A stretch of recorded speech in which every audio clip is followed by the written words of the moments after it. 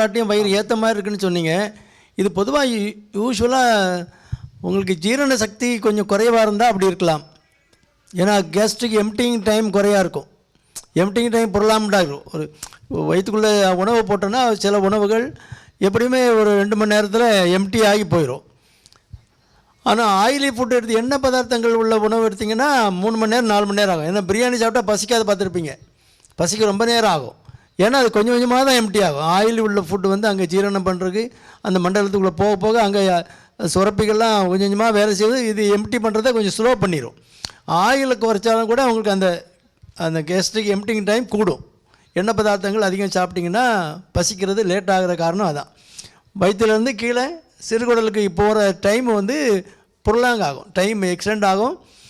எண்ணெய் பதார்த்தங்கள் வரும்போது சரியாக ஜீரணம் ஆகாமல் இருந்தாலும் வயிறு ஏற்றுக்கும். ஒன்று.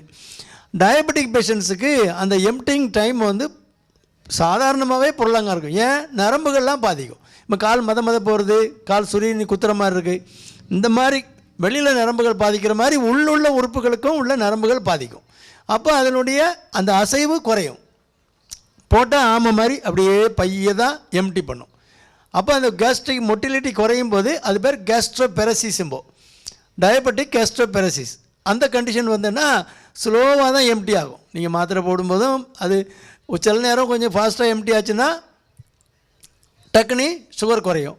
சில நேரம் ஸ்லோவாக எம்டி ஆச்சுன்னா குறையவே குறையாது மாத்திரை எம்டி ஆகிறதும்.